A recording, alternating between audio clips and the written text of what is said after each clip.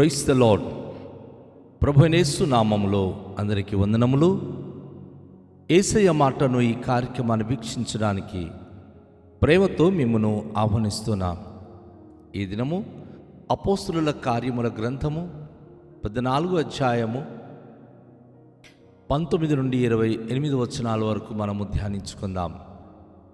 అంత్యోకయ నుండి ఇకోనియ నుండి యూదులు వచ్చి జనసమూహములకు తమ పక్షమున చేర్చుకొని పౌలు మీద రాళ్ళు రువ్వి అతడు చనిపోయేనని అనుకొని పట్టణము వెలుపలకి అతనిని ఈడ్చేది.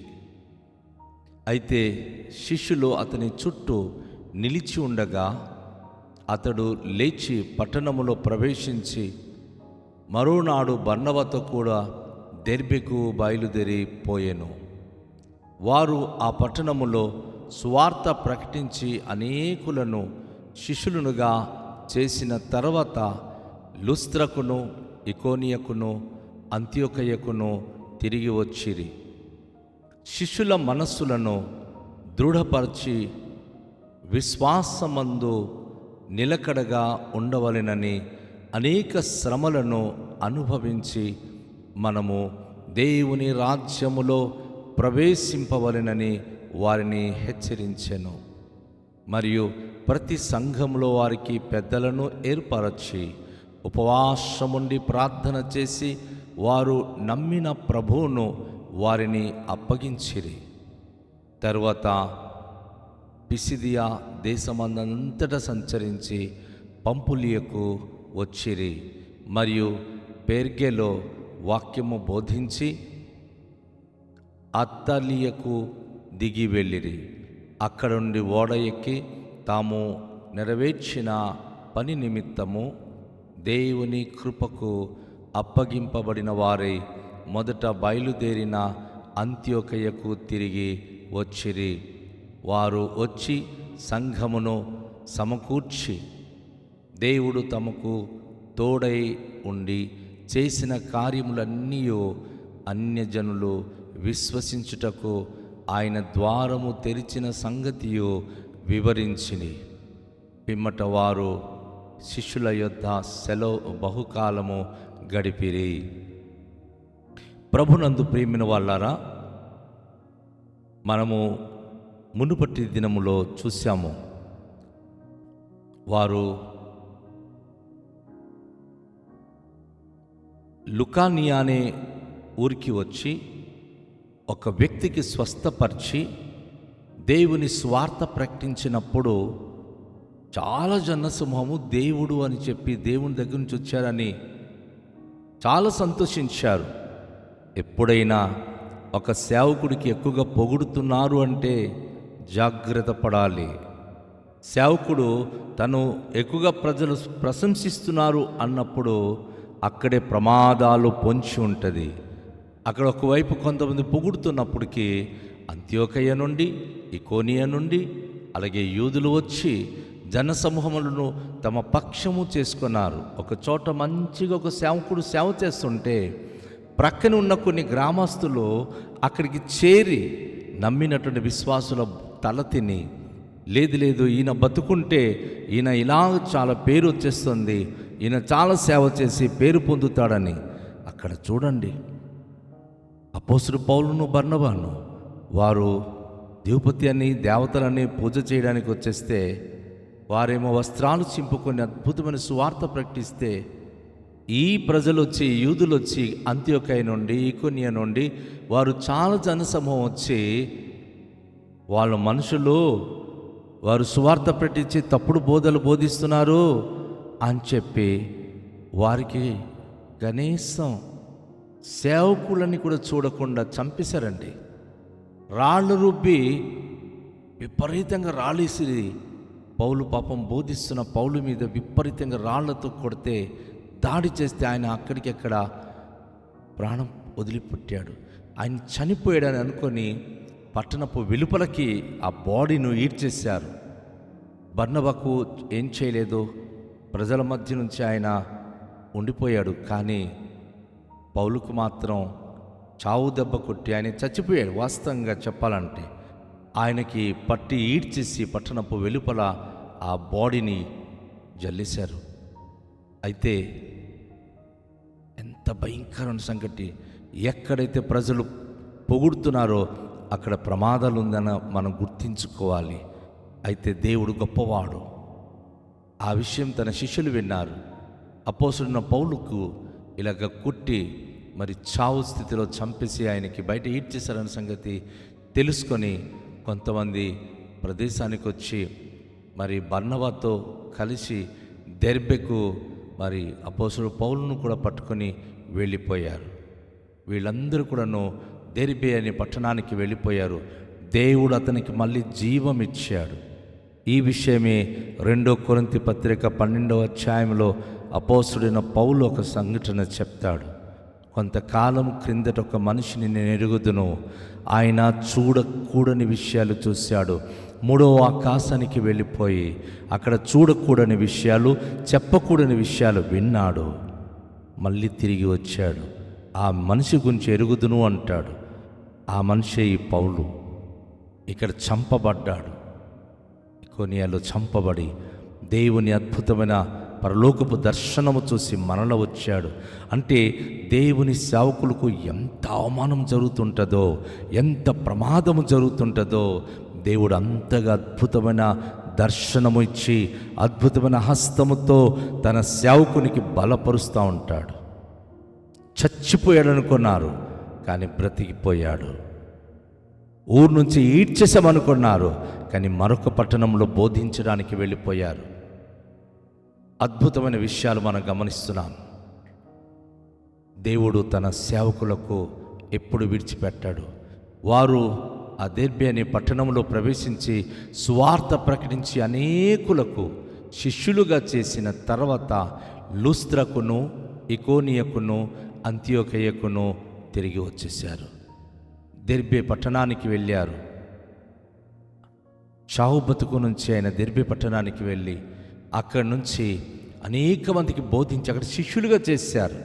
ఒక చోట అవమానం ఉంటే మరొక చోట దేవుడు అద్భుత ఆశీర్వాదములోంచి ఉంటాడు. ఒక ఊరు నుంచి వెంట పెట్టేస్తే మరొక ఊరిలో సాధారణంగా ఆహ్వానించేవారు ఉంటారు. చాలామంది అంటారు కదా, మేము ఈ ఊరు నుంచి వెంట పెట్టేసాం అతనికి. కాదు, మీరు వెంట పెట్టడం ద్వారా అతనికి చాలా మంచి జరిగింది. వారికి చాలా మంచి దేవుడు కార్యాలు చేశాడు. ఇక్కడ అపోస్తలుడైన పౌలు బర్నబాకు మరి ఊరు నుంచి బయటికి వెళ్ళివేశారు, పంపించేశారు. అయితే వారు లుస్త్రకి వెళ్ళారు.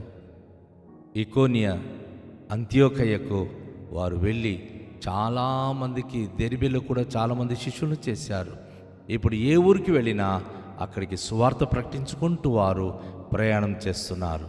శిష్యుల మనస్సులను దృఢపరచి విశ్వాసమందు నిలకడగా ఉండాలని అనేక ప్రజలను అనేక శ్రమలను అనుభవించి మనము దేవుని రాజ్యంలో ప్రవేశింపవలెనని వారికి హెచ్చరిస్తున్నారు. గమనించండి, శ్రమలు లేని సేవకుడు సరైన సేవకుడు కాడు. ఏ సేవకుడికి ఎంత ఎక్కువ శ్రమలు వస్తుందో ఆ సేవకుడు పరలోకంలో అంత అద్భుతమైనటువంటి దేవుని దీవెన పొందుతాడు. అనుభవపూర్వకంగా అపోస్తలుడు పౌలు, బర్నబా చెప్తున్నారు, మనకు శ్రమలు రావడం మంచిది, కష్టాలు రావడం మంచిది, నిందలు రావడం మంచిది. ఎందుకంటే మనం దేవుని రాజ్యంలో ప్రవేశించి దేవునిలో మనం అద్భుతమైన దీవెన పొందుకోగలమని అనేక మందికి వారు హెచ్చరిస్తూ పట్టణములు దాటి వెళ్ళిపోతూ ఉన్నారు. దేవునికి ప్రియ బిడ్డలారా, వారు ఎక్కడెక్కడైతే సంఘాలు స్థాపించి ఉన్నారో, ఎక్కడెక్కడైతే వారి బోధ విని ప్రజలు నమ్ముకున్నారో ఆ సంఘములో వారికి పెద్దలను నియమించారు. ప్రతి ఊర్లో మంచి ప్రార్థన పరులను, ఉపవాసం ఉండి ప్రార్థన చేసేవారిని వారు పెద్దలుగా నియమించారు. ఏ సంఘంలో అయితే తాగుబోతుడు సంఘానికి పెద్దగా ఉంటే ఆ సంఘం అంతా చెడిపోద్ది. ప్రార్థనకు రాని వాళ్ళు సంఘంలో పెద్దలుగా నియమిస్తే ఆ సంఘము పాడైపోద్ది. మోకాళ్ళ ప్రార్థన అనుభవం కలిగిన వారే సంఘానికి పెద్దవాళ్ళుగా ఉండాలి. ఉపవాసం ఉండి ప్రార్థించే వ్యక్తులే సంఘానికి పెద్దవాళ్ళుగా ఉండాలి. ఇక్కడ మనం చూస్తున్నాం అలాంటి వ్యక్తులను వారు దేవునికి మరి అంకితము చేసి వారిని నమ్మిన ప్రభువును వారిని అప్పగిస్తున్నారు. పెద్దలను ఏర్పరచుకుంటున్నారు. వారి తల మీద చేతులుంచి ప్రార్థన చేస్తున్నారు. సంఘాలు వారికి అప్పగించి, అయ్యా సంఘము దేవుడు మీకు అప్పగిస్తున్నాడు, మీరు సరిగ్గా చేయండి అని ప్రార్థన పరులను సంఘాన్ని అప్పగించుకుంటూ వీరు ముందుకు సాగిపోతూ ఉన్నారు. తరువాత పిసిదియా దేశమందంతటా సంచరించి పంపులియకు వచ్చారు. మరియు పెర్గేలో వాక్యము బోధించి అత్తలియా వరకు వారు దిగి వెళ్ళిపోయారు. పట్టణములో వారు దేవుని పరిచర్య చేస్తున్నారు. ఒకచోట వారికి కొట్టి తిట్టి బయటికి ఈడ్చేశారు. కానీ ఎన్నో పట్టణాలు వారి సువార్త వినడానికి ఎదురు చూస్తుంది. ఎన్నో పట్టణములో వారు పెద్దలు వారికి గౌరవించి సన్మానించి వారి కొరకు ఎదురు చూస్తున్నారు.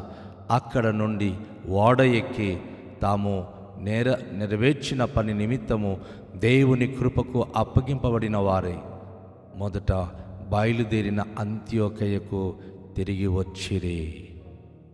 గమనించండి, అంత్యోకయ సువార్తకు ఒక కేంద్రముగా మారింది. అంత్యోకయలో మొట్టమొదటిగా క్రైస్తులు అనబడ్డారు. అంత్యోకయములో యెరూషలేము నుంచి అనేక మంది పరిశుద్ధులు వెళ్ళి బోధించారు. పరిశుద్ధ గ్రంథములో మనము బైబిల్ గ్రంథంలో చివరిలో ఆ గ్రంథం యొక్క ఆఖరి పేజీలో మనం చూస్తాం అంత్యోకయ ఎంత ఇంపార్టెంట్ ప్లేస్గా మారిందో. మొత్తం అన్ని పట్టణాలకు అక్కడి నుంచి సువార్త వెళ్ళింది. అదొక కేంద్రముగా మారింది. ఎక్కడైతే సరైన విశ్వాసం కలిగినటువంటి సంఘము ఏర్పడుతుందో అది అనేక మందికి ఒక కేంద్ర బిందుగా మారాలి. సంఘాలు పాడు చేసే సంఘాలుగా కాకుండా అనేక ప్రాంతానికి సువార్త అందించే సంఘంగా మారాలి. అది దేవుడు కోరుతున్నాడు. కనుక వారు వచ్చి సంఘమును సమకూర్చి దేవుడు తమకు తోడై ఉండి చేసిన కార్యములన్నీ అన్యజనులకు విశ్వసించడం వలన ఆయన ద్వారము తెరిచిన సంగతి అంత్యోకయలో వారు వివరించారు. ఎలాంటి కార్యాలు దేవుడు జరిగించి ఉన్నాడో, ఎలాంటి అద్భుత పరిచర్య జరిగించాడో అది అంత్యోకయలో సంఘం అంతటికి సమకూర్చి వారు బోధించారు. తర్వాత మరి చాలా దినాలు వారి శిష్యుల మధ్య వారు ఉండి సేవ చేశారు. ఈరోజు సంఘము సేవకులకు అపోస్తులకు ఒక స్థావరమైన ఇల్లుగా ఉండాలి. వారు ఎటు సేవకెళ్ళినా సరే మా దైవజనుడు ఎన్నో సంఘం స్థాపించి మా మధ్య ఉన్నాడని గర్వంగా చెప్పుకొని సంఘస్థులుగా ఉండాలి తప్ప ఈ పాస్టర్ గారు మంచోరు కాదు, ఇతనికి మనం తీసేద్దాం, అది దౌర్భాగ్యమైన ఆలోచన కలిగిన వ్యక్తులండి. అపోస్తులు ఎప్పుడు కూడాను ఆ సంఘములో గౌరవించబడాలి. ఏ సంఘమైతే అపోస్తులు స్థాపిస్తున్నారో ఆ సంఘం నుంచి అనేక మంది సేవకులు లేవాలి, పరిచర్యలోనికి రావాలి, దేవునికి మహిమపరచగలగాలి.